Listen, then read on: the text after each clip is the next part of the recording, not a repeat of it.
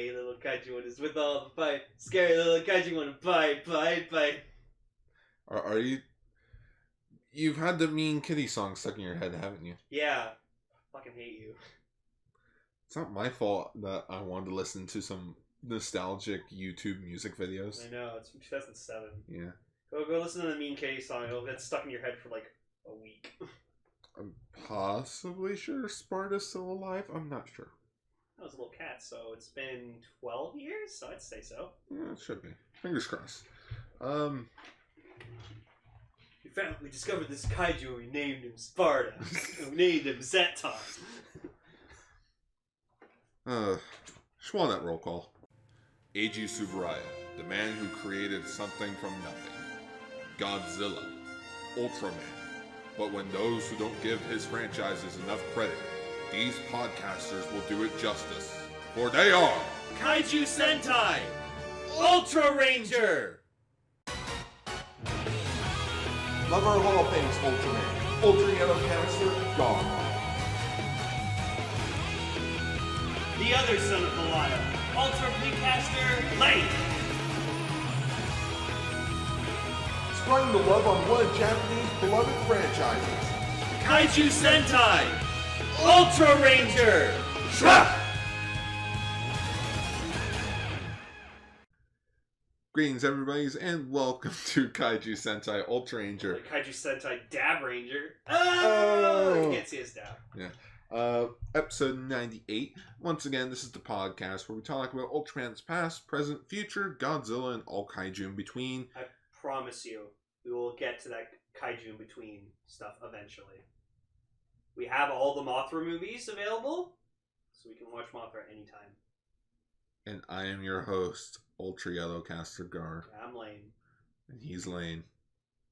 The other son of Belial. The other son of Belial. I love that. It's hit and miss with me. I feel like we could have done so much better. Yeah. 50 episodes that opening's going to be on for. Eiji Tsuburaya. Eiji Tsuburaya. Oh my god. We'll have a good one. After episode 100, we'll make a kick-ass new opening. You already have some ideas for it. They're pretty awesome. Oh yeah, I have some. I have them jotted down in the Google Drive. Hey, he described to me what it was going to be like, and I was like, oh, that's cool. So I'm excited. Yeah. So today we're talking about Ultraman and Ultraman Tiga, episode 21s, and we're not talking about Ultraman Tiga this week because it's our fourth. Once again, every 4 episodes we talk about Denkou, Choujin, Gridman. Yep. And we're talking about episodes 18 and 19 this episode. Oh yeah, I watched the music video for the SSS Gridman opening. Yeah. Like with Akana. It's nice. It It's literally the whole music video is just her after that part at the end of the show. Yeah. Like it's just her like going to her day-to-day life, and she looks sad the whole time. I'm like, oh my god, poor Akane. But like you know she works it out.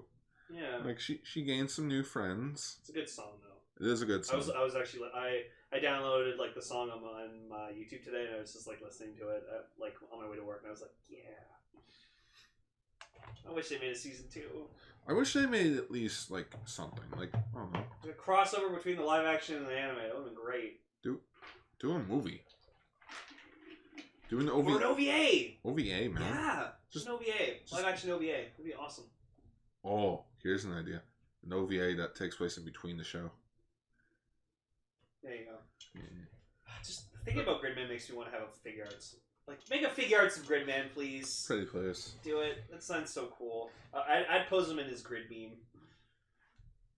I would pose him in like a fighting stance. That'd be cool. Yeah. Well, we got some news. Yeah, we got some news. First bit of news is that the new iPhone 11.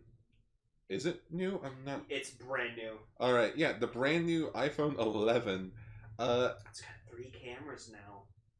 Really? Yeah, so like you can it has 3 different cameras, so you can do 3 different kinds of photography. It has like a wide lens, and then like a narrow lens, and then like a different kind of lens, so you can take whatever fucking kind of picture you want. And it has like the best battery it's ever had. I saw a video recently on Facebook of this chubby kid demanding his mom to get him a new iPhone. It's like $1,500. And then he tossed it into the pool. Like his old iPhone into the pool, and then his mom was just like, "Nope, you're keeping that now." Yeah, too bad. Yeah, you're the one that threw it into the pool. Nah, sucker. But yeah, there are some kaiju cases, like some variations of them. So yeah, it's interesting. Like we got some pretty like I'd probably say like the more well known ones. So like we have Kaiju Busca, we have Pigmon, Bolton, and Zeton. Yeah.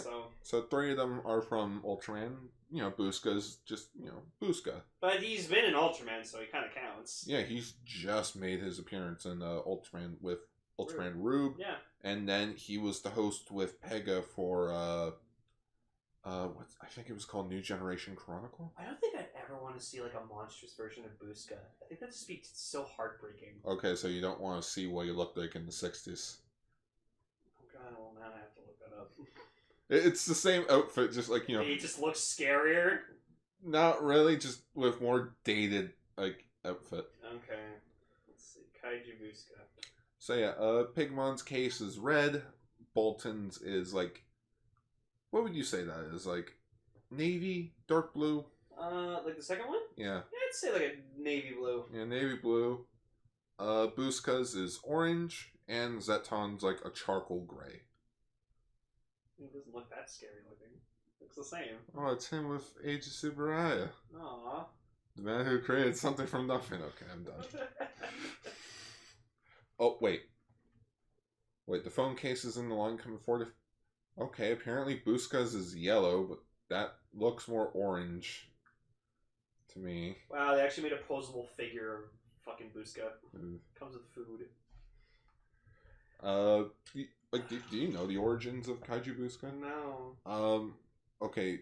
Do you remember Ned's Newt? Yes. Imagine that. Oh, he's a kid's like imaginary pet? Yes. Oh wow. He started out as a lizard. Oh, and then he got some And then fed him some magic food. Yeah, and then he transformed into Busca. God, Ned's Newt was great. Do you know what would have made Ned's Newt way better? Robin Williams. Yeah! I'm pretty sure that's what the guy was going for, too. I feel like that's what He was going for a genie. I think that's what everyone was going for in the 90s. Freaking, you got the new... You got Flabber from Beetleborgs. Or at least the first season of Beetleborgs. Second season, he wasn't that... Funny. Flabbery. Here's your pizza. Here's the pizza. You didn't order a pizza. I know, I did. That is still my favorite scene from Beetleborgs. Oh, it's fucking hilarious. I'll always be endlessly quotable. Another funny one was like, it's like their plan was like, oh, we'll get into the house by giving him a baby, which is actually a monster. And like they knock on the door, they run away. Mums opens the door. There's just the baby like wrapped up in a blanket, making like baby sound effects. What's Mum's reaction? Nope. Slams the door. Yeah. He's like, oh no, nope, Yeah. no. Yeah, no. No, these cases look good. Yeah, it doesn't say how much they're going for though. They look like leather cases almost, but I don't think they are. I don't think so. Let's check the Subaraya station. Maybe. Ooh, how much are they? Boop. Oh, here they are. So the prices for them are 2,700 yen. So probably with like pricing and like markup and stuff, it's probably like $40 for a case. $40 for a case? Yeah, it looks pretty sturdy too. Yeah. And I like the inside of it because it looks like it won't damage the back of your phone. Because sometimes your cases that you have on your phone. Oh yeah, they scratch up the back of your phone. But no, that looks like it's some sort of like velvet cover? Yeah. Or like it's like a carpet, that like some sort of carpet material. But yeah, these cases are made by Unicase. That's cool. Alright. But if phone cases aren't for you, we also have a leather wallet to look like Godzilla's skin for his 65th anniversary. Whoa. Or, sorry, 64th anniversary. So what Godzilla is it based off? It's just based on, like... I guess the original? Yeah, like the original Godzilla. Okay. It's funny. Recently, I looked up a compilation of like all the Godzilla wars. Yeah. It was actually really cool fucking seeing that. And then Cell showed us like a history of like of his atomic breath. Yeah, I remember that. That was cool. Godzilla Earth is still like the scariest one, or you know what? Second scariest one. I think Shin Godzilla tops it. Fucking can shoot it, just bam, laser, and then through his tail. The wallet measures out approximately 150 millimeters by 250 millimeters by 23 millimeters. That's a decent size. So So you can like fit all your cards, change, money, like, whatever you want. This thing has a 12 card storage pocket. There you go. That's a lot. Yeah, all of my cards cards get wrecked because I have them all bunched together. Oh, you in should. Pockets. Only one of my cards is broken, but I'm not gonna say like really dirty. But I'm not gonna say which one it is because it's the more important one. Yeah. Yeah, this wallet will go for 39,600 yen, and it will be coming out in, or no, pre-orders will be accepted until October 27th, 2019, 11 o'clock Japanese Standard Time. Oh, fuck, that's like a $450 wallet. No thanks, I choose life. You can buy a console with that one. Like, if you bought this wallet, you'd be pretty much affording a console. You could buy almost 2 Switch lights with this. For this wallet. I noticed the imprint on it is it's Godzilla's hand. it's his foot, I think. But I think that was the promotional image that they had for like when they first announced Shin Godzilla was happening. That was the promotional photo. It was just like his imprint. That's all we saw until like the actual trailer came out. And now, see, when they come out with Shin Ultraman, now the big question will happen. Who would win in a fight, Ultraman or Shin Godzilla? Nothing can beat Shin Godzilla. I mean, we did, but by sheer luck. Then he got in zombie Godzilla children. It was fucking disturbing. Yeah. They made a figure of that. They just made a figure of frozen Shin Godzilla, and then just at the very top of his tail, you can see the little like human Godzilla zombie things. That was the most terrifying thing I've ever seen. Oh, it's so scary. Go watch Shin Godzilla, it's good. Very good. Sorry, I spoiled the ending of the movie. Oh, it's been like 3 years. Yeah, 2-3 years. It's been 2 to 3 years. If you haven't seen it yet, what is wrong with you? Yeah. Oh, wait, you're probably one of those casual tokusatsu fanboys that just watched Super Sentai and Rider. I'm sad I didn't get to go see it in theaters. Well, trust me going to see that in theater was a freaking was a struggle. Trying to get a ticket for this day. I have to work that day. Try and figure out a way to go around it. It gets sold out. Evan, Paul, and Danette, they were all going to go see it, but it was sold out. I had a ticket for that day. They're like, oh, we'll pay you back. I'm like, no, just get me a ticket for the next day. Because I'm off the next day. And they're like, okay. And that's how I was able to see it. There you go. That was first in line, damn it. Good job. But yeah, this wallet. It's nice, but not worth it. Not $450 nice. No, but I'll take $216 of that because the Criterion collection of Godzilla is still coming out, and they released a new trailer. It was a pretty awesome trailer. Oh, it was a so good trailer. That's good cover art too. That is a good cover art. But I just liked how the trailer it made it feel like all these movies were just one giant movie. It was like the Showa era version of Final Wars. I would buy this just for fucking Godzilla vs. Hedorah on Blu-ray. Well, it's already out on Blu-ray, but this is Criterion Blu-ray where it's like, damn. Crisp. But yeah, once again, this collection set contains all 15 Showa-era films, from Godzilla all the way to Terror of Mechagodzilla. $224 US, that's not bad, considering you're getting 15 movies on Blu-ray. Oh yeah, I did the math. It's $216 for us, because it's currently on sale on Amazon. So that comes to like $14 for every movie? Well, yeah, especially since like Blu-rays are usually like $30. Yeah, so you're getting a pretty good deal. Especially when it's also including the American version of the original Godzilla movie. Yeah, and honestly, Sometimes if you go to the right place, you can find Blu-ray sets of like movies for like pretty good price. Like the James Bond collection I bought, it's usually $150 Blu-ray set. I got it for $80. The Batman anthology, that's like $90. Got that for $30. I have a Superman Blu-ray set in which it's for like all the original movies. And Superman Returns. And Superman Returns because it's considered a sequel to Superman 2. But it's like that thing's just jam-packed with stuff. Like you got the theatrical cut, you got the you got the director's cut. I want to watch the Richard Donner cut of the first two movies. Yep, you got the Richard Donner cut of Superman 2, the original Superman 2. It's like, it's jam-packed. And I think I got for my birthday. I don't remember how much it was. But like I just asked my parents, I'm like, hey, if you just get me this for my birthday, because we were in Walmart at the time.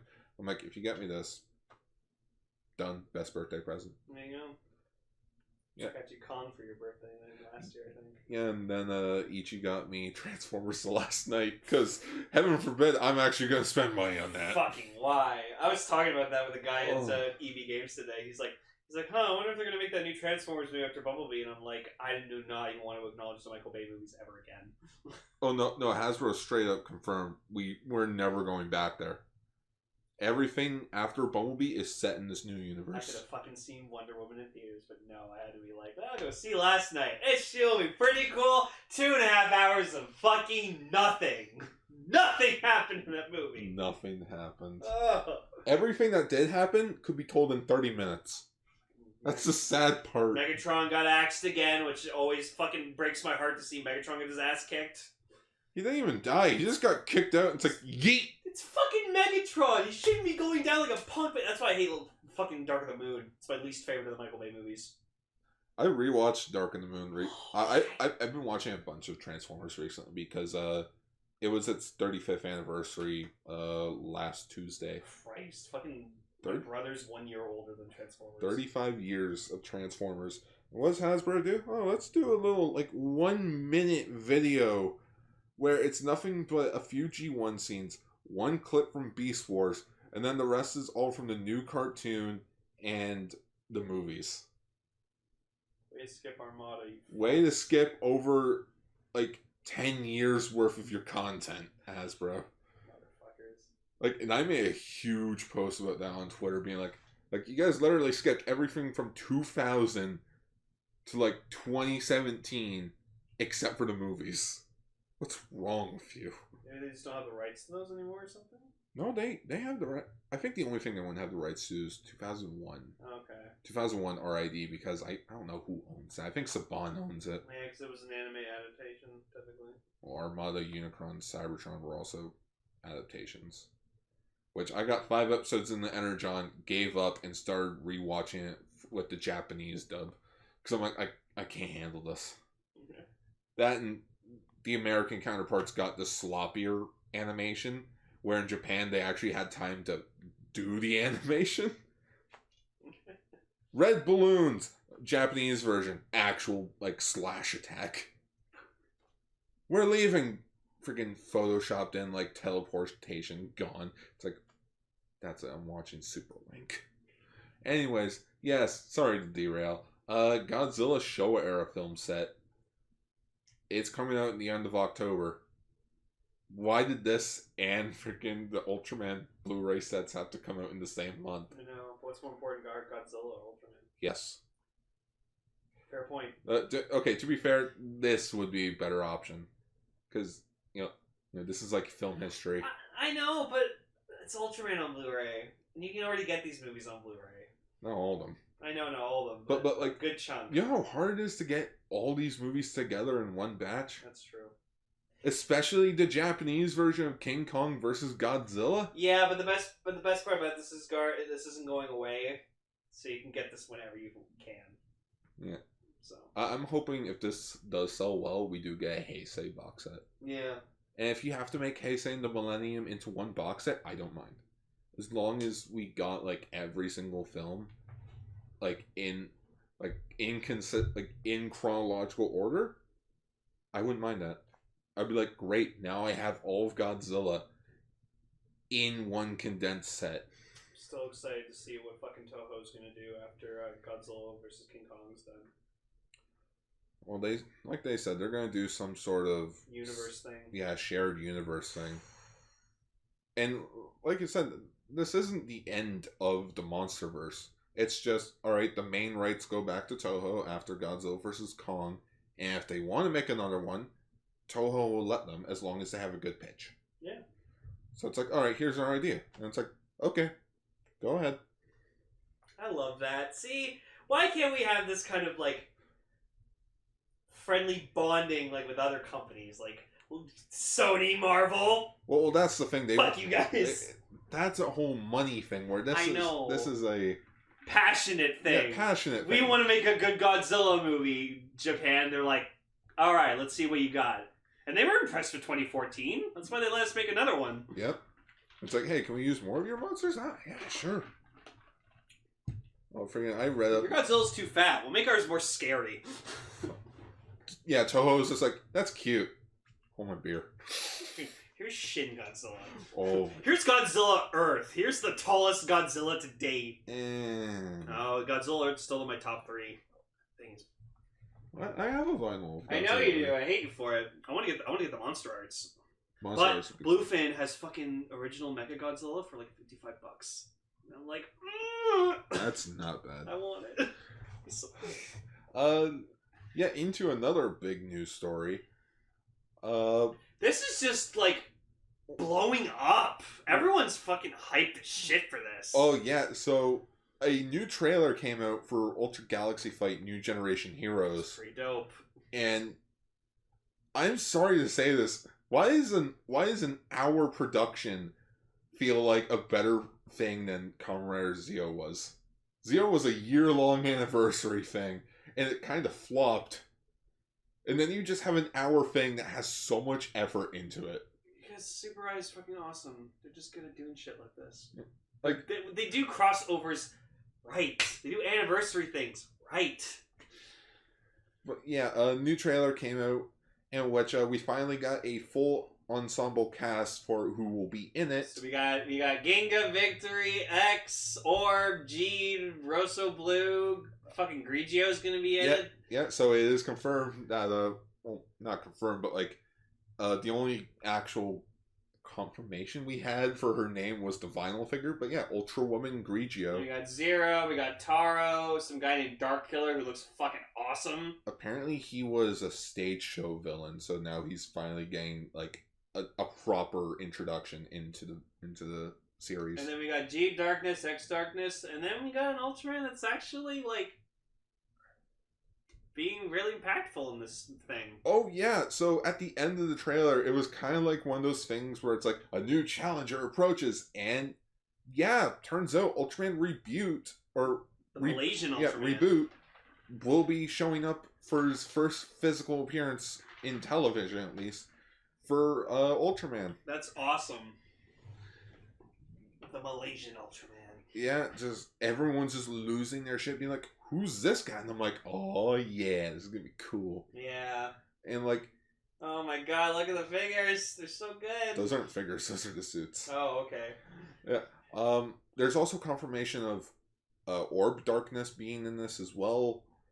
Not Orb Dark. Yeah, not Orb Dark, but Orb Darkness. Garl put up the picture, but he showed me like a poster someone made for like an Orb Dark like show or movie. And it just shows him with like all of Orb's like forms. So there was like an Orb Dark Thunderbreaster, and like Gar showed me this, and I just, oh my god, I want it to be real so badly. Orb Dark is so fucking is the best. Yeah. But yeah, just once again, this thing is being written or being directed by Koichi Sakamoto, which he's not let us down for Ultraman stuff. Oh no, especially since turns out he's doing this because it's been 10 years since he started doing, like, Ultraman. Well, yeah, because he did the Zero movie. Yeah, he did the Zero movie. The choreography in the Zero movie was... I can't remember if he did all of Kyoryuger. Did he do all? Did a pretty good chunk of it. And then he did the first 4 episodes of X-Aid. He directed the first 4 episodes. Did he do X-Aid? Yeah. Oh. Or he did, not the first 4 episodes, he did episodes 3 and 4. Okay. That's why 3 and 4 felt like... The choreography felt just so good. And then after that, we got shit. But, he also did the Genga S movie, apparently. Oh, well, the Genga. You know what? The Genga S movie was pretty good. Kyoryuger versus Go Busters. Yep. He did Kyoryuger Brave. He's done a lot. Yeah, the show's also the miniseries is also being written by Jinichiro. Junichiro Ashiki. Yeah, who did Ultraman Ginga and Orb. Oh, so it's in good hands. Yeah, it's in good. It was written by Orb. Thank God. And Ginga.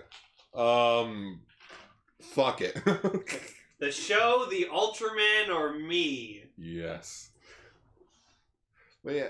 Oh, that's a cool poster. Yeah, we also got the voice cast, so like every actor's coming back. Except for Taro's. Taro's actor is once again being played by Hiroya Ishimaru. And Rebute's being voiced by Wataru Komada, which I looked him up. He hasn't really done anything. Oh, and Voyager's seeing Ultra Spiral. That's, the fucking... The two guys from the... Oh, Chiaki and... Takaru or whatever? Yeah, and Takaru. Yeah, those people that we gave shit on, and then we found out they were the fucking singers of the theme song for X. Yeah. But, look, there's Rebuke with Taro. Yeah, and then there's just... Dark Killer. Oh, freaking... These shots. Man. I can't wait to see what fucking Rebuke can do. Apparently, someone pointed out that the way that he fights is actually authentic to, like, his background. Like, remember how he's from Malaysia? Mm-hmm. He's fighting in, like, some sort of, like, native Malaysian, like, choreography. Cool. But yeah, so what better way to do more Rebuke than to actually release his full appearance in Upen Ippen. So on YouTube right now, you can see the entire episode where Rebuke actually shows up. Is it subbed? Maybe? Oh, I feel like we need to talk about it. Oh, we should definitely talk about it. I'd be down.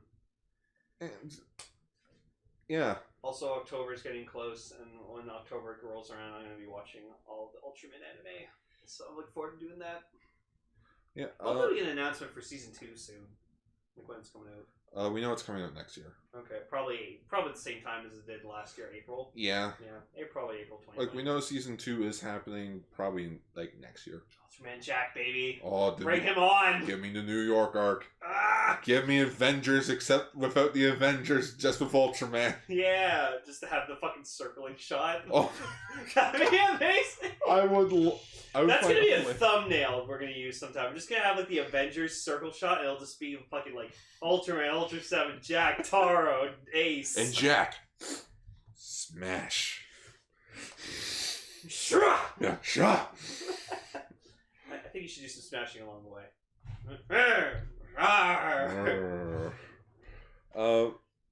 But yeah, once again, Rebuke or reboot. Rebuke. Well, his name says Ribbit. Ribbit. There's actually a bit written up on him.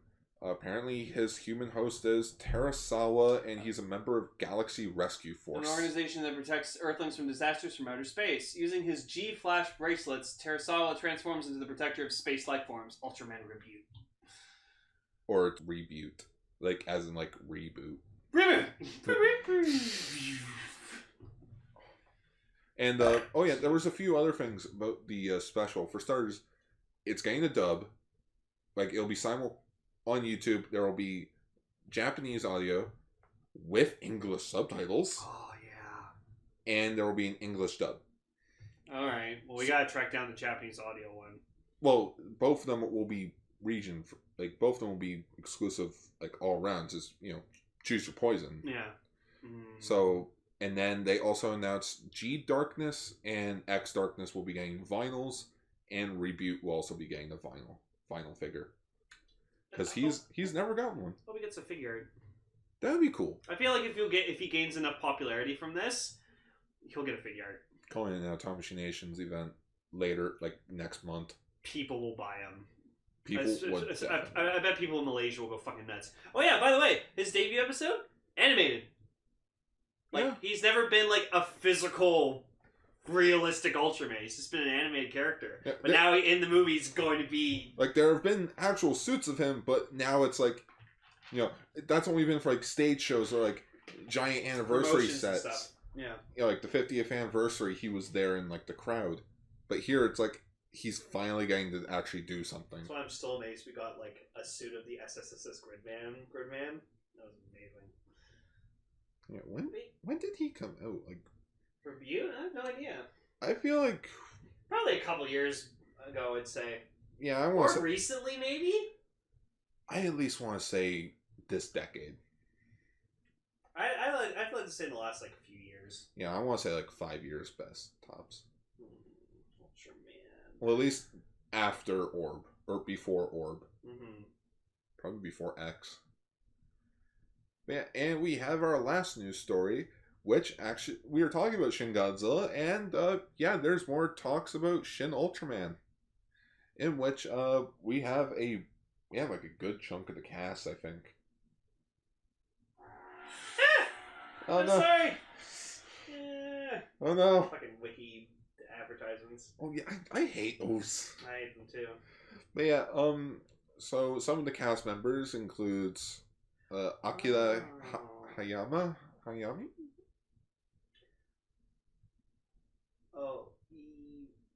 Reboot. So Rebuto.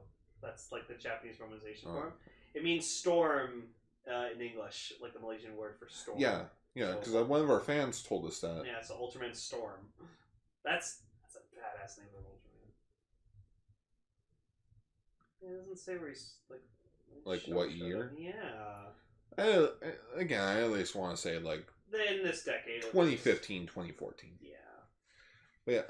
But yeah, so we have Akira Hayami, Tetsuji Tanaka, Koji Yamamoto, Kishi Nagasuka, Kyusaku Shimada, Toru Matsuka, Hajime Yamazaki, Ryo Iwamatsu, and Soko Wada. And we also have singer Daiki Arika? I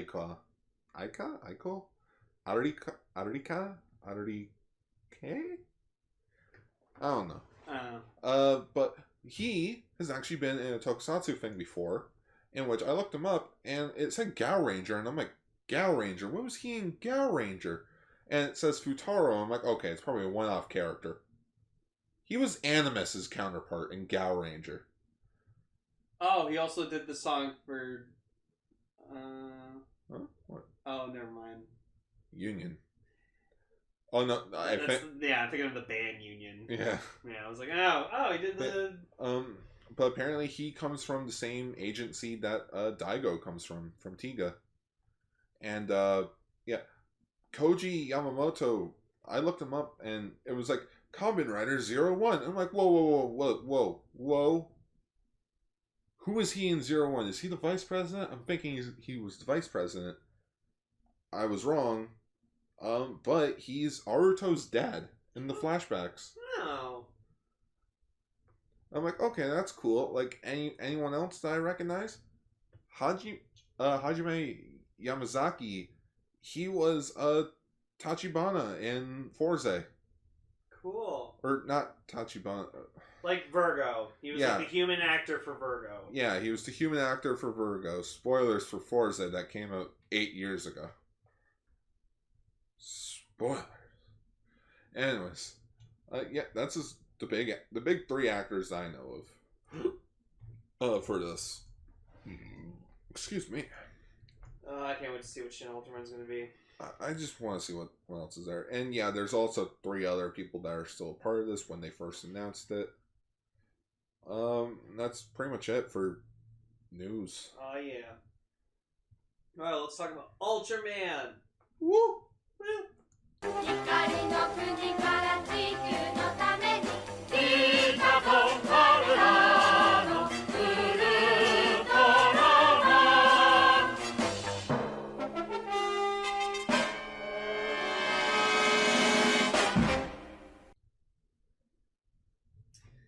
episode 21, Break Through the Smoke. Smoke. And our kaiju of the episode is the poison gas monster Chemular. Smoke.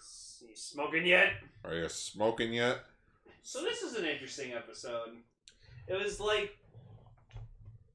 It's like a poisonous fog that's just like kind of fucking everyone over in this like area, and it, like Gar made a notice that apparently it's like kind of the same like park that they went to in the last episode. close. I double checked. Kind of had the same spelling, but not the same park. Oh, okay. But I feel like it is the same park, and it's just they're using like, well, we're here for like 2 days, so might as well film another episode. Yeah, so this was like kind of Fuji had like the main go on this mission because like I don't know, like all the guys were like too fucking eager, but they were like, oh, like women and children couldn't do this. Oh, and Fuji's like, yeah, well, fuck you, I'll go do it then. And Cap's like, all right, go for it. Yeah, I looked into it, and it's like, so the guys are all like, you know, the way that this is being described, you know, rocks changing colors, trees changing colors, freaking fish and birds are dying. Sounds like a fairy tale. Yeah, it starts with like this kid like just walking around minding his business, and then finds some Speaking dead English. birds everywhere, and he starts picking them up, and I'm like, dude, you know how much disease are in those things? Maybe that's why we don't see that kid again. Just died from bird, He just bird disease. Yeah, he just died from the bird disease. Like he's learning English as well, so it's Yeah, like he's on like, the way he's he's like, just, you are a girl. you are a girl. Hi, It's like, I'm on he's fire. he's pronouncing everything, Yeah. like so thick. Well, because like to us, what French is second language to us, English is Japanese to them. Yeah. So. But yeah, it's like yeah, so it's like, oh no, what do we do? It's like Fuji's like, well, I'll go in. I'll go see what's up. So then she goes off in the VTOL, and here at this point, like I'm watching with Gar, and I'm like, it kind of sucks that like Hoshino like didn't go with her on this. 5 seconds 5 later. seconds later, just there's a fucking blanket, and underneath the blanket, there's Hoshino, and I was like, go fuck yourself, show. I was kidding. So I was like, Jesus Christ. So yeah, Hoshino's going, and like he's calling. Why did you need to sneak on? But you're a part of the Stop group calling now. Big Sister. It's Fuji to you. Yes, ma'am. Yeah, Don't and make so me like turn this shit. she just goes along with it because like whatever, and so like they're working together, and so they go down. They try to like find out what the fuck's going on. Obviously, they get in deep shit. They just find Jack shit because it's like. Just... But then yeah, freaking Chemular shows his face, and like he croaks. Yeah. Because they apparently in the wiki they didn't have like a specification for what his roar was, but like it's a frog. He has like a toad croak. And he's like really weird, like he's another like four-legged kaiju who, you know, he only walks on his two front legs and then like he's on his knees. He drags the others. I swear to God, there's been 3 other four-legged kaijus, quadruped kaijus that we've seen. Gama Kajira. I'm pretty sure. There was another one. The guy before freaking Jiras. Like the electric one as well. Oh yeah, the guy from 3rd episode. Yeah, the one with the frill that like, you know, that like ate electricity. Yeah. And he was on his knees as well. And then he could go bipedal. That was his thing. Yeah. That was the creepy thing. But yeah, and like he has like a tail laser, and then he can shoot poisonous gas out, and like it just like I don't think it makes you die. It's bad for you. Like it's poisonous. It is poisonous because like fuck, it's so stupid. So like they go on there, they use their helmets, or whatever like that, which like as Cap has stated a few episodes ago, oh they can survive in space with them. But again, I think that was just a joke he made. They can survive radiation. Yeah, radiation, and then I think he just made the joke of like, oh yeah, we can survive in space too. But then like later on, so like yeah, Hoshino and Fuji crash, and like Fuji gets injured. Hoshino doesn't know what the fuck to do. So then like Cap's like he gets in contact with Cap, and Cap's just like, all right, here's what you do. You like set the ship to VTOL to autopilot, and it'll get you out of there. So like he manages to do that, and they're proud of him for it. And then they decide, okay, we'll go in because like yeah, it's like might as well see what's going on. And, We're like, not getting any contact. Hayata's like co-piloting the VTOL, and I'm like, don't do that. Oh great, now we're gonna crash. Cause yeah, and like I'm almost tempted to start like a Hayata crash counter for Ultraman because like every time he steps into a VTOL, he crashes it. It's gonna crash. And what happens? He crashes it. Fucking lives. No, but the best part was, he, like, as he's crashing, he falls out of the fucking VTOL, and then that's how he transforms into Ultraman. Oh yeah, later on when he's in the VTOL by himself. Yeah, he's just crying. Oh fuck! Freaking goes Ultraman. And they think he's dead. Oh yeah, the whole time they think he's dead. Which, that's fair. Yeah. Just like, if he didn't have the beta capsule, he would have died. Oh, he would have died several times over by now. Yeah. I mean, technically Hayata is dead. I mean, the second episode, freaking Hayata jumped off the building to grab the beta capsule. Hayata-san! Just a mannequin. No, and the funny thing is like, he's like dropping downwards towards the ground. So he used the beta capsule, and then it shows the shot of like Ultraman growing, but it would have been so funny if he just grew and just fucking launched himself into the ground. That would have been so funny. Oh, so like pull like a Spider-Man thing where like he's falling to the ground, he shoots his web, but right as he shoots it, he lands on the ground, just his webbing just... Yeah. My back! Oh, my back!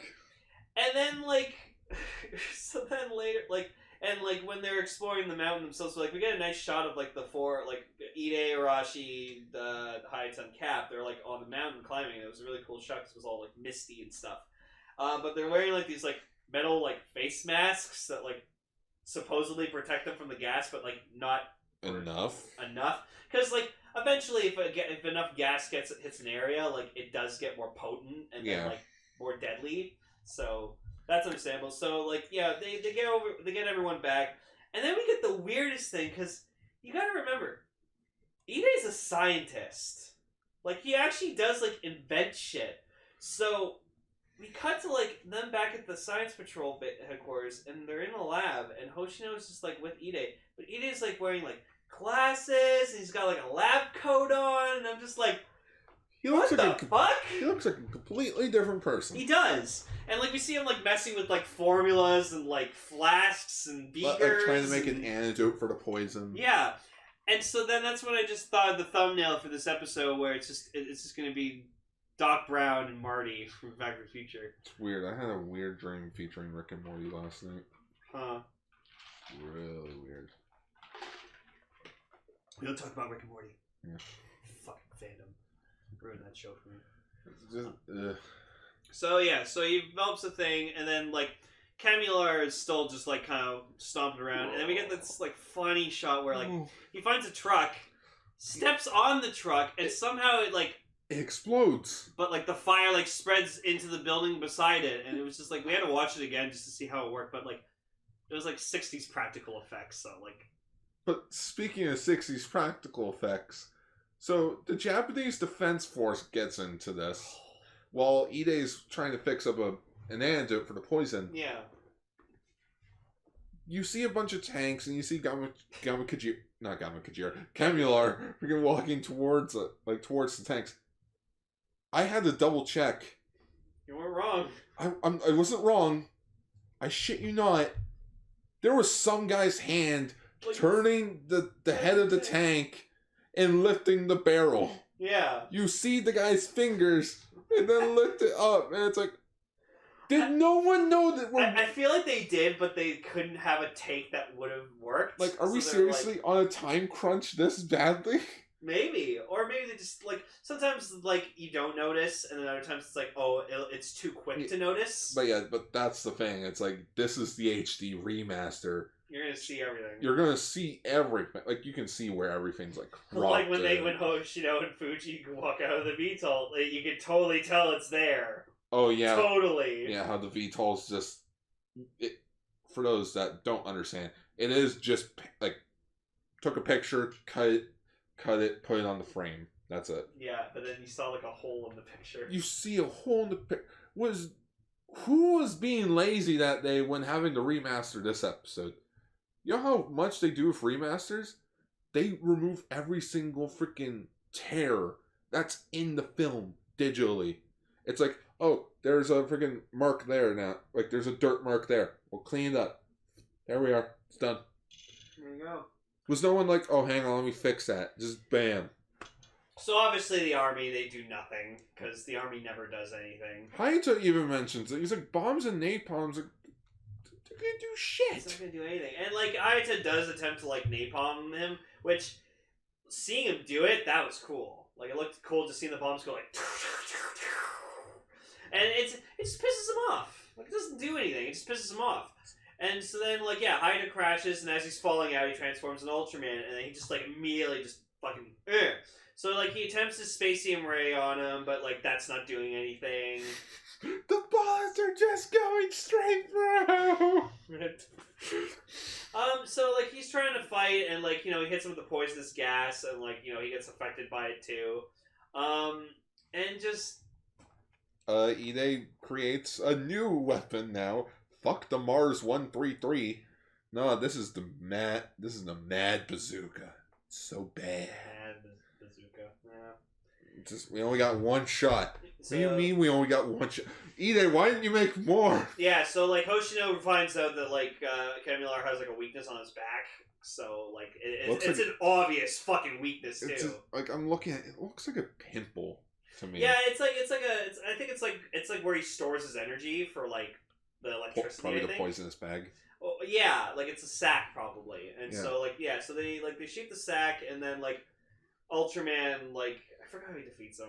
He doesn't. Oh, yeah, he doesn't. Ultraman finds out what the Science Patrol is doing, so he basically lifts them up so that they can get a clear shot. Oh yeah, back. And then they force him back into the mountain that he came out of, and I'm sitting there just seeing him back into the mountain. I'm just like, you better fucking explode when you get into that mountain. Bam, explodes. Yeah, he's gone. He's dead. He's fucking dead. He legit fell in. Yeah, he probably fell on his back, and that's what caused him to explode. Yeah, so then it just like ends like they go to visit Fuji in the hospital, and like they're all in their suits, so like Cap, Arashi, and Ide, and so like before they go in, Cap's just like, all right, we just tell Fuji Hayata went to go do talk with someone at the France HQ. Paris. Yeah, Paris HQ. We're not gonna say he's dead. He's dead. They go in. Hayata's already there. He's just like, oh, hey guys, sorry I didn't tell you I was live. Ide is kind of shocked. Not him being alive, just the fact that he's already in his suit. Yeah, and then I'm like, you already guys have your suits underneath them. So. And then Fuji goes, I'm surprised you guys didn't come together. And so they shower with gifts or whatever like that, because like honestly, Fuji's a greedy bitch. Kinda. She's an attention whore. She is. She's an attention whore. She's super like, not that I'm saying like it's a bad thing, but like she does like kind of women's rights a lot. But like I get it. It was the '60s. Women were kind of like underwhelmed back then. How do we write her? Woman's woman. Woman for the people. Yeah, it's just woman. All right. I'm pretty sure that's how they described someone in Ultra 7, like the female character. It's like she's the woman. Pretty much. We don't know what her age is. Yeah, we don't know what her age is. She's just a woman. Yeah. It's like it's not polite to ask what her age is. Yeah, the actual narrator says that. And I'm like, but this is an organization. They should know how old she is. But I get it. Makes sense. Women. It's rude to ask a woman her age. But here's the weirdest thing that happened this episode.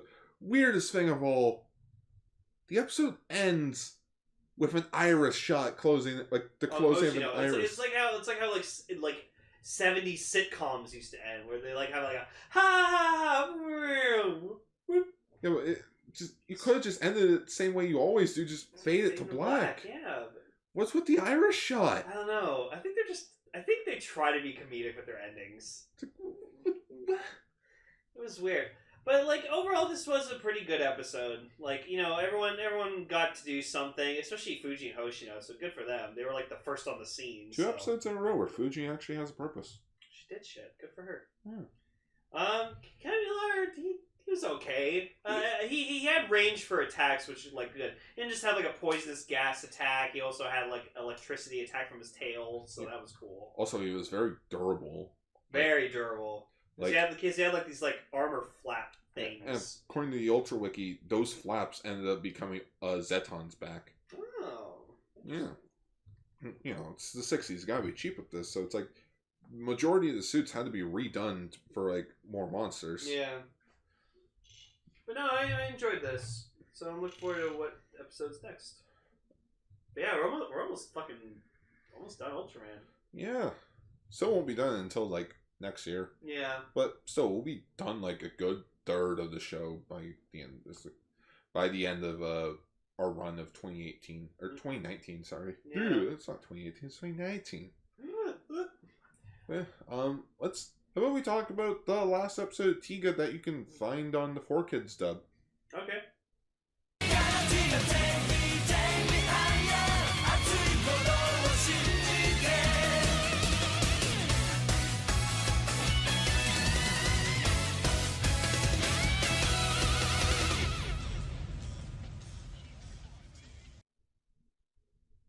So episode 21, that's where Devin comes in. Devon. It's called Devin. I call him Kevin. Devin! Devin! It's just like Cop and a Half, I think it was called. 1.5 Cop or something. I can't remember. So after a good two-parter involving an alien invasion, we get this. Yeah, so this was an interesting episode because it was like about like this like traveling like troupe of like actors and like performers, like a performing troupe. Yeah. And they like stumbled upon this alien named Devin. And so at first, like when they first met him, they thought he was like a guy in a costume, which when I first saw him, he was like dressed up. I thought it was a dude in a costume. But then as soon as like we cut to a scene of them like eating, I could tell, no, that's an actual monster. Like that's an alien. They never referred to him as an alien this episode. But it's just monster. It's assumed that he is an alien, but then again, how many monsters in Ultraman are native to Earth? That's true. So like, he could just be a monster on Earth. Yeah. But then we also get another kaiju, the demon Enomera. So like, I'm pretty sure it was a female. It's clear that so later on there's this one-shot character named Tanjo, and he explains that like these two are very similar, like they could possibly be of the same race. Mm-hmm. They're definitely like yin and yang. Yeah, it's like good. It's like Dark Gaia and Light Gaia from Sonic Unleashed. Yeah, because Enomera, what she does, she sends out like this kind of like, I think it was a gas, right? So, yeah, when we watch the episodes, and then I go back and watch the episodes again to do notes, so that I fully understand. Like that way we can understand what's actually happening. Mm-hmm. So she can control electromagnetic waves wherever she's from, and she sends out like the waves to people to rot their brains. Oh, okay. To make them like go berserk. Yeah, so make them more primitive. Yeah, and like it does show like they go fucking apeshit. They're hitting each other, they're trashing cars, throwing shit around. Shinjo had to beat one with a rifle. Fuck. Like he pulls out his rifle, starts shooting her. And then it's like some guy comes up to him, starts fighting him. He freaking beats him with the freaking rifle. Yeah, fuck. And then the creepiest thing is, like, Enomera just does, like, this fucking grin. This evil fucking smile. And she does it, like, a lot. And you can tell they just, like, stretched out her mouth to make her do it. But still, it's creepy. It's like, think of it as when the Grinch smiled in, like, the original movie. That's what that looks like. You know what vibes it was giving me? It was giving me Beast Wars Megatron vibes. Yes. Yeah, David K is fucking demon Yes. Yeah, and then like she also had like this kind of like blue fireball attack where it just like. Oh yeah, with her like third eye thing. Yeah. I think she was supposed to have like 4 eyes. Yeah. But like only 2 of them were lit up. Maybe it was like markings or something. Something like that. I don't know. Her design was really good. Yeah. Oh yeah, she was really good. So yeah, so and like, she didn't say anything. No, she never said anything. She Never didn't have to. She laughed, I think, though. Yeah. Pretty sure like, really... like that was the one thing that the Guts Patrol freaking feared about her. That she could send out these waves, take over the entire world, without even lifting a finger. Yeah, no. Like even Tiga had like a fucking bit of trouble with her. But and then we have like Devin, which is he has the ability to like pretty much reverse anything she does. Yeah. And that's why whenever she shows up, Devin is in, like, the same area. Yeah, and then, like, she notices that Devon's, like, a pain in her ass, so it's like, no, I gotta fucking get rid of you. And then, obviously, there's, like, this, like, TPC scientist who wants to, like, fucking research on Devon, like, Yeah, body Tanjo. experiment. Yeah, and, like, they're like, no, fuck you, you don't get to use them. And, like, there's even a scene later where, like, at the end where, like, he's supposedly, like, Devon's, like, dies. Yeah. And he's like, oh, cool, I'll take his body then, and we'll research him. And they're just like, fuck you, no. No. Like, if I was writing it, I would definitely had the performers call Tanjo, like, the biological researcher, a monster. Yeah, but, like, you're the monster. Yeah, it's like what kind He's of... not the monster, Gaston. You are. I love that. Oh, don't worry, Hades. You'll work yourself to death. Ah! Work yourself to death! Ah! Oh, it kills me. If only. But, yeah, it's like, the fight with Tiga was definitely a good fight. He seemed like he was gonna fucking die there, almost. Because, like, he even went power type, and almost that wasn't fucking enough. I like, so it's like a more, no, Enomera? Enomera. Yeah, Enomera. She, like, tried to attack Devon again, but then, like, Tiga grabbed the light ball and, like, tossed it back at her. I choose you! And it's amazing, too, that as soon as Tiga, like, came onto the scene, like, Enomera did not hesitate in fucking attacking him. Didn't even go, like, oh, what the fuck's that? It just went, no, you're an enemy, I gotta fucking destroy you. You're in my way. So, like, this fucking person was scary, because, like, she knew what she was doing.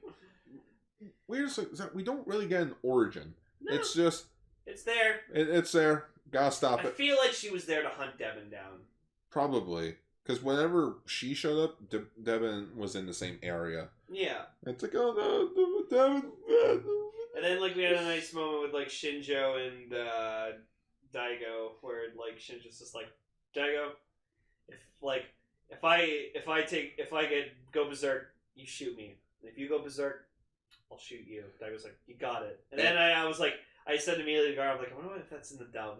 Yeah, because like I said one week before the bumper for this episode, this is sadly the last episode of the Tiga dub that's online that you can find. And someone actually took the Tiga Blu-ray rips and, like, spliced up the dubbed episodes that we have. So it's like cool. Blu-ray quality rips with the English dub. That's great. So it's like Shinjo and Daigo are talking to each other, being like, instead of shooting, it's the same dialogue, but replace the word shoot with slap. Yeah, so it's like, if you go berserk, slap me. Slap me. If I go berserk, like, you go berserk, I'll slap you. Nothing was funnier than the freaking alien saying that humans are more collectible as Pokemon. What the fuck? Wasn't even the same dub company. It wasn't. No way. No way. Love that. Oh. Fucking sister and everything. Shinjo's sister. Daigo, you can swim, right? I have to go now. Hope you can swim. What? Oh my god. But and just like, yeah, so like, honestly, this episode was like pretty good, just because like a lot was at stake, because like they were fighting an enemy that just almost seemed impossible to destroy, because it's like it was so intelligent, so sentient, like it knew what it was doing. Like I said, it didn't talk. That's what made it creepier. Mm-hmm. Nothing's creepier than, like, I just had this, like, Garo put it up, just the picture of her fucking smiling. It's fucking creepy. And she, like, again, she did it, like, 4 fucking times. Just... You're a mean one, Enomera. You're grin. You shoot electromagnetic waves. You're after little Death because he's a pain in your ass, Enomera. You fire out electromagnetic waves and make people go berserk. You know what? That's the title of the episode. You're a mean one, Enomera. You're a mean one, Enomera. You know, I gotta put music notes as well. But it's like... Go watch Jim Carrey's Grinch. It's good. It's actually probably in like my top 5 favorite movies from the year 2000. Yeah, I'll definitely add music notes to that, There you go. so people understand you have to sing it Yeah, for it to make sense. exactly. Oh yeah, Devon's alive. Devin is He's a performer, so he So like Daigo gets like a letter from them, like in a postcard with like a picture of them, and you see like Devin in the window of the van, and he's like, yeah, he's alive. And then they also charged him the bill for like the repairs on their van, and which I heard in the dub, like at the end, Daigo's like, what? Oh man! Like, they never refer to the letter in the dub. It just cuts from the picture. You know, like, the circus performance hasn't been the same. It's been better! Because, you know, like, it has Japanese writing on the paper, so, like, they cut it because it's like, oh, you can't... Yeah, and then they name him Koyagi. Which I'm like, just call him Devin! Nah, Koyagi. He's on the run now. Yeah. But yeah, they dressed him as like he's like a mailman.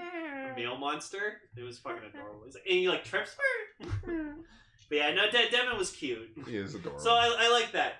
Like, we have Enomera, which is like, she's evil and super creepy looking. And then we have Devin, who's like this cute little, good-hearted, cute little monster. Oh yeah, and he has the reversibility of Enomera, where like he saw everyone rioting, he go outside, he used his energy to like hurt people, yeah. Yeah, to make they're the yin and yang. Yeah. So like anything Devin can do, Enomera can counter it. Anything Enomera does, Devin can counter it. Anything you can do, I can do better. I can do anything better than you. No, you can't. Yes, I can. Yes, I can. Yes, I can. Light bullet. Yeah, so this is good. I'm looking forward to seeing what the next episode is. Yeah, but how about we rewind for like another 4 years and go back to Gridman? Okay.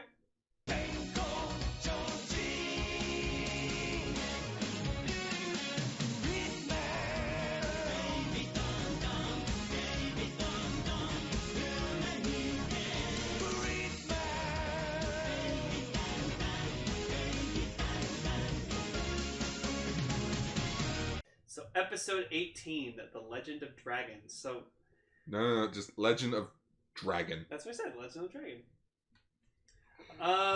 So yeah, this was a interesting episode. This It is was about like a mummy. It's a weirder episode than the old. Like, I prefer the Ultraman episode with that mummy. Yeah. That one was a bit interesting. Yeah. Because it was like, oh shit, it's not actually dead. No. Where, like, this one, like, it was weird because, like, Takashi made it, like, oh, I'm going to make it so that whatever the kaiju does, the mummy copies them. So, like, anything violent the kaiju's doing, the mummy will also be violent. So, it was fucking weird. Okay. So, like, the whole time was, like, there's a mummy that was discovered, and it's, like, it had, like, a backstory about, like, a princess, and, like, you know, he didn't get to see her, so then like he like got himself killed or something. He was poisoned by the higher ups because then like they feared him that he had too much power. Yeah, and then because like, he could tame dragons apparently. Apparently, yeah. There's big on dragons, even though there weren't any dragons. Well, except for there was the debut of the dragon cannon, which I immediately responded with, "Where the fuck was that in SSSS Gridman?" And I told Lane if there was a second season of Gridman, it would probably be there. And it would have been a power for like Grid Knight, like for Auntie. That would have been awesome. Yeah, because like we saw like what was it, Thunder Gridman? Yeah. So like just have him have the Drago power up. No, I get to see the dragon cannon having being like a fucking like a shoulder cannon. Ooh, that's like cool.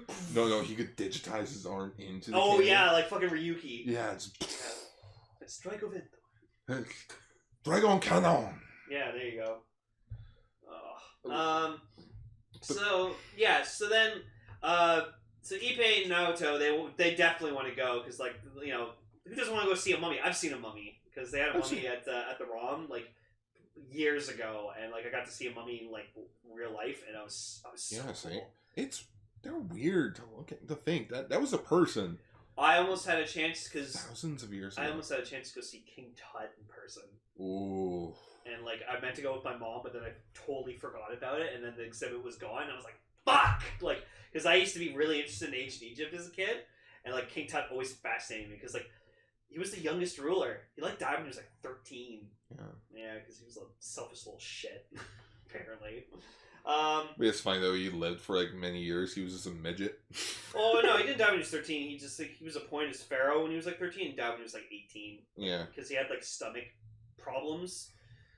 But like apparently, according to like history books, he was like a fucking selfish asshole. He was a piece of shit pharaoh.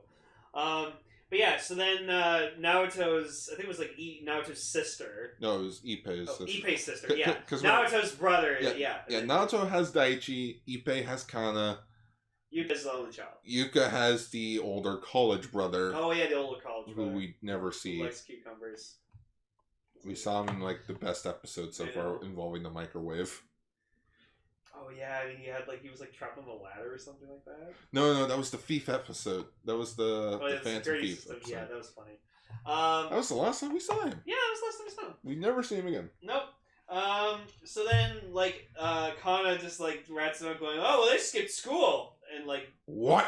No, and what's funny is this is an asshole thing where like they asked the father to go take them, and he's like, oh no, I'm sorry, I'm gonna be busy golfing with a client. My coworker's gonna take you guys, and it's like, you piece of shit.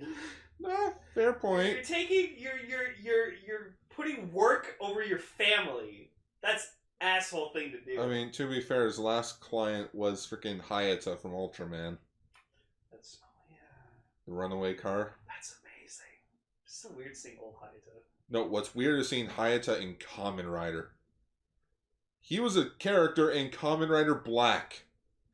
And I'm like, it's fucking Hayata. You gotta show me a clip of that. Oh, I will show. I have a screenshot of it because I was blown away by it. That's awesome. And then yeah, he fucking showed up in the Zero movie. So it's like, yeah, I lost my power, so I'm taking this form, and it's like, yeah, it's Hayata. So it's just Daichi, Kana, and Yuka. So they all go, and then like Naoto's studying, but he's just reading. He's like reading comic books. He's talking to Ippei like on the phone. Hey, wanna go see a movie? And so like every time his mom walks in, he's just like, oh, studying, totally studying. I'm definitely studying. And just like the acceptor goes off and he shuts. I'm studying. Oh wait. Oh look, and also that's the thing I noticed. He was wearing a short sleeve shirt. Had the thing on. He had it on. Which other episodes he didn't. Yeah. Well, they're like, make up your fucking mind, Subaraya. Does he keep it on always or not?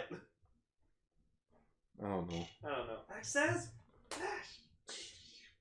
And then like later on his mom comes in with the snack and he's like, still studying. Still studying. So yeah, so they go in and like Yuka's like being Yuka, just like talking about like mummies and like stuff, and kind of just like, wow, for a girl you know a lot, and she's like, shut up. Well, she was also like that with her brother. She's like, you know a lot about dragons. I'm like, what year did this come out? 1993? Yeah, Dragon Ball was huge. Yep. Huge. Yeah. No, and that was the funny thing. It's like, yeah, you know a lot about dragons. Like, oh, if only you knew much about school. And now she's like, shut up. Just like not a whole lot happens. Just Takashi awakens it because it's like, oh, you want to get revenge. And it's like, revenge on what? Everyone who was around 5,000 years ago is dead. Yeah. But like they are getting attacked by the mummy, and it's like really funny because like the mom is watching like a soap opera on TV, and then cuts to like the news like reporting on the mummy like live with the camera, and she just like almost chokes on her food. She's like, "No, your brother, brother's in danger. You got they're in danger." So he's like, "Oh fuck, okay." So yeah, he runs down, he goes to junk or whatever like that, becomes Gridman, and like I've kind of noticed in the past recent episodes, Gridman gets his ass kicked a lot. Yeah, I feel like without his weapons, he's kind of useless. That's under Gridman. Like, even God Xenon's not doing anything anymore. Well, it's because he got destroyed. Yeah. Oh, so he's, like, gone? He's gone. Oh, fuck. Oh, yeah, because you know what? Ippei made a mention of that. He's like, fuck, Xenon's gone. Yeah, and I'm like, sucks. He's actually gone? Like gone? Shit, that sucks. I hope he comes back, because what the fuck? Well, I mean, we saw him in SSS Gridman, so... Yeah. That might have been a really cool thing, like, if you watched Gridman first, and then we watched SSS Gridman, and we were like, oh, God, Xenon! Which I may do that. I may after we finish Gridman, just go back quickly, watch all of SSS and Gridman, just SSSS Gridman. Ugh. Gridman. S times 4 Gridman. There you go. 4S Gridman. 4S Gridman. And Grid Anime. The Gridman anime. Grid Anime. Yeah, he gets a new weapon, the dragon cannon. Which I saw and I was like, that's kind of fucking out of nowhere. Yeah, it's like, okay. Okay. But there's a plus and a con to it. There's a plus that's like, oh, cool, he has a new weapon. The con part is that's not how he defeats the monster. It's just, I shoot fire at it, tosses it away, and then uses the grid beam. And then, yeah, he uses his grid beam, but it's not even the same episode. It's stock footage. It's stock footage of him using the grid beam. You can clearly tell that when he's using his grid beam, it's a night shot. It's from the first episode. Yeah. So it's like, why didn't you just have him defeat him with the dragon cannon? All you need to do is just show flame effects all around, surrounding him, and then he blows up. Yeah, just oh, fire!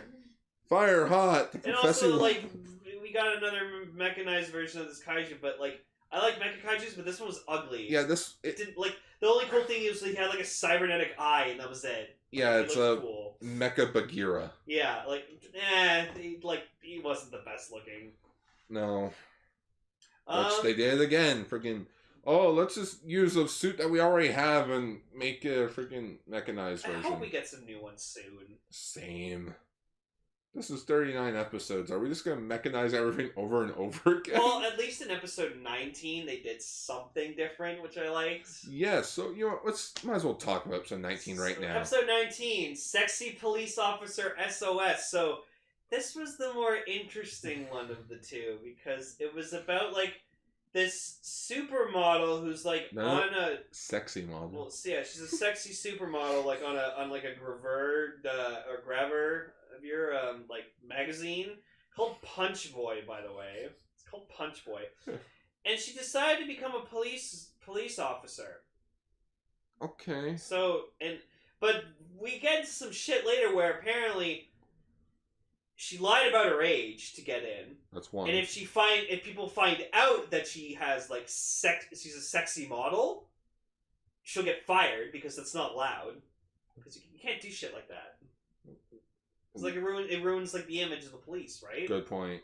So like she's trying so hard not to be recognized because like in her picture or whatever, like she has like shorter hair. No, she has longer hair. Oh yeah, she has longer hair. It's just she's more revealed. Yeah.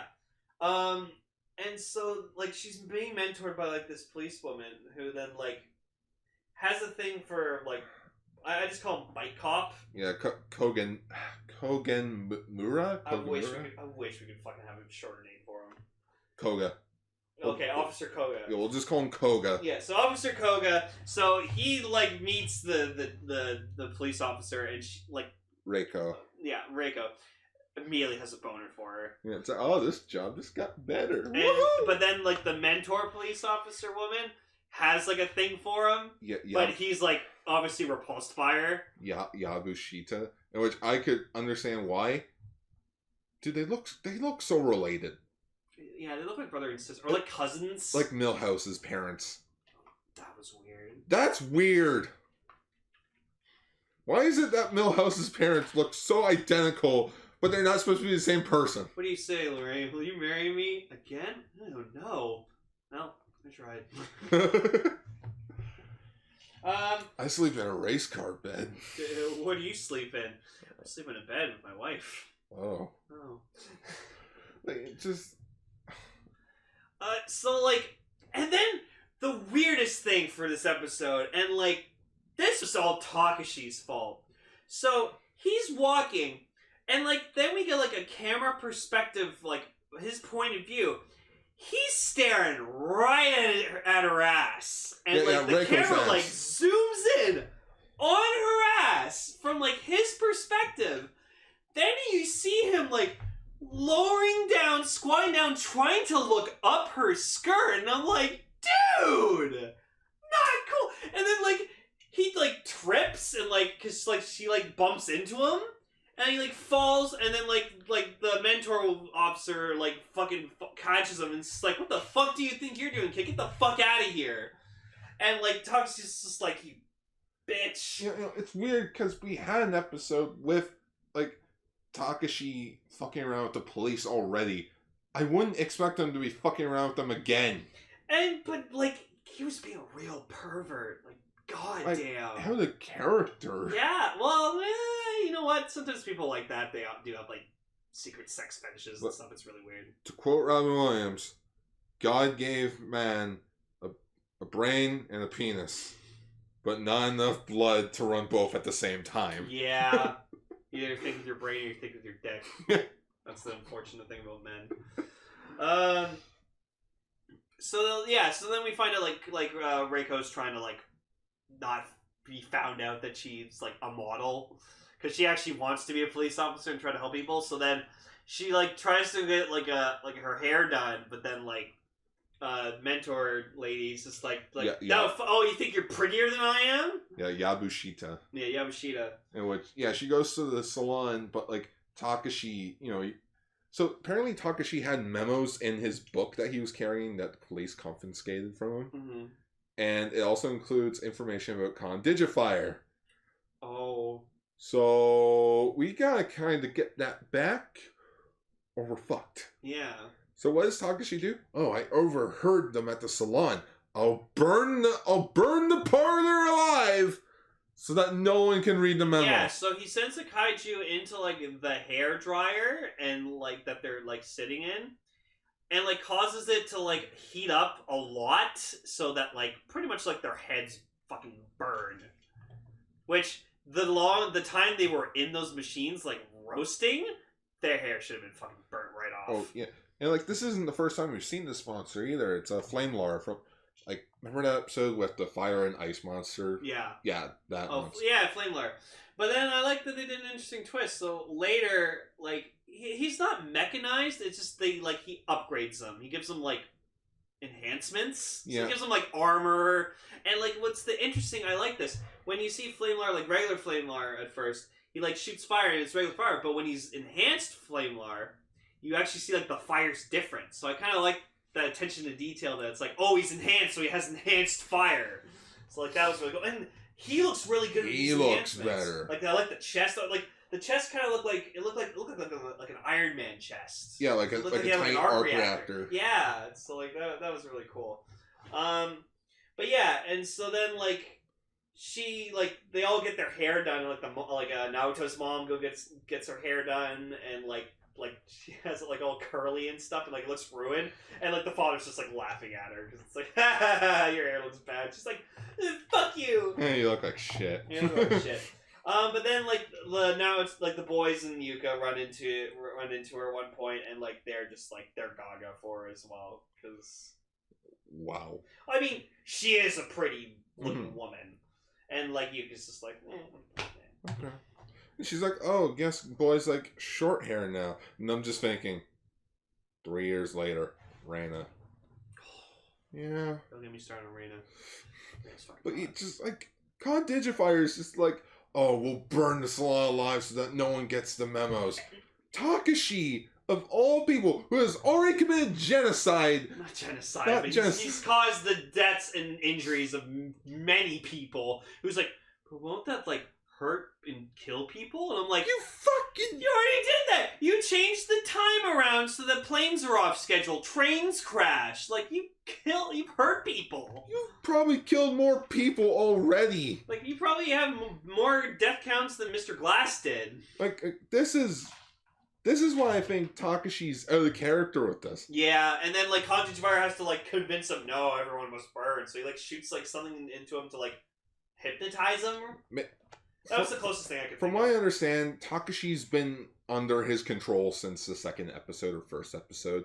Yeah. So, like, he's not thinking right, so maybe it's like he has to keep hitting him so that he, like... I think what it is more is, like, Condigifier, it's not as he's controlling him, he's making him, like... Because, like, he has negative emotions, right? Like, you know, he has, like, those angry bursts, but, like, Condigifier, like, amplifies them, so he's, like... He's kind of, like, edging him on, being like... He's an like, influencer. oh, you just told me about this, like, shitty thing that happened to you today. don't you want to do something about that? He's the voice in the back of your head. Yeah, he's the devil on his shoulder. Which is funny because last episode we had Kronk in the thumbnail. So like, I feel like if Gridman got to him, Gridman would be like the angel on his shoulder. Hey, where's the other guy? Oh, this is unbelievable. Come on, you bastards! I'm late for work. Supposed to drink. That's great. I'm sorry, but Heaven and Devil, I will always just picture Kronks. Oh, they're the best. Yeah, just freaking the devil does a handstand. Just look at that.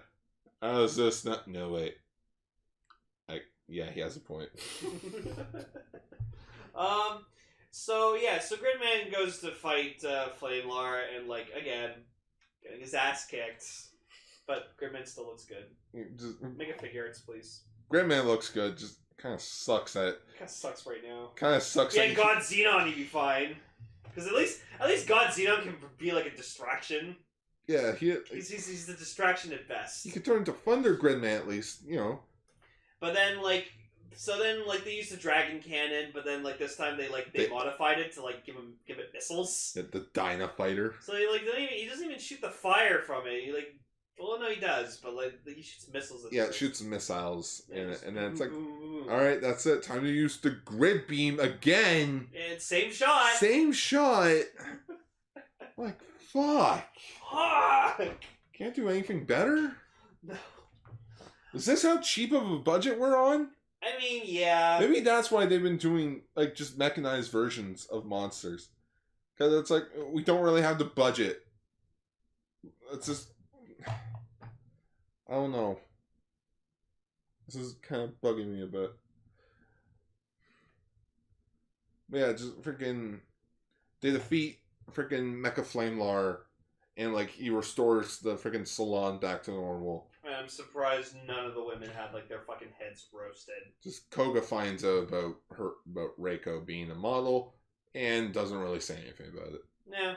Oh, and in all the paperwork of Takashi's accidentally slipped into the garbage. Yep. So hooray! This episode's kind of been pointless. Yeah, it's still fun. We still got a cool monster out of it. We did.